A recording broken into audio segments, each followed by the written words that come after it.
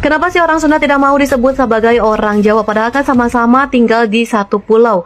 Berikut adalah beberapa alasannya, yuk disimak videonya sampai habis. Pulau Jawa merupakan wilayah yang dihuni dua etnis besar, yakni suku Sunda dan suku Jawa. Suku Sunda mendiami Pulau Jawa sebelah barat, sedangkan etnis Jawa mendiami wilayah dari tengah hingga timur.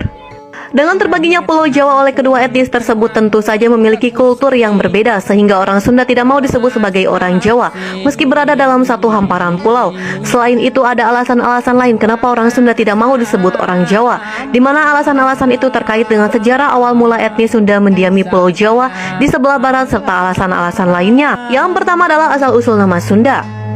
Kata Sunda berasal dari akar kata sun atau kata sudha dalam bahasa Sangsakerta yang mempunyai pengertian bersinar terang berkilau putih.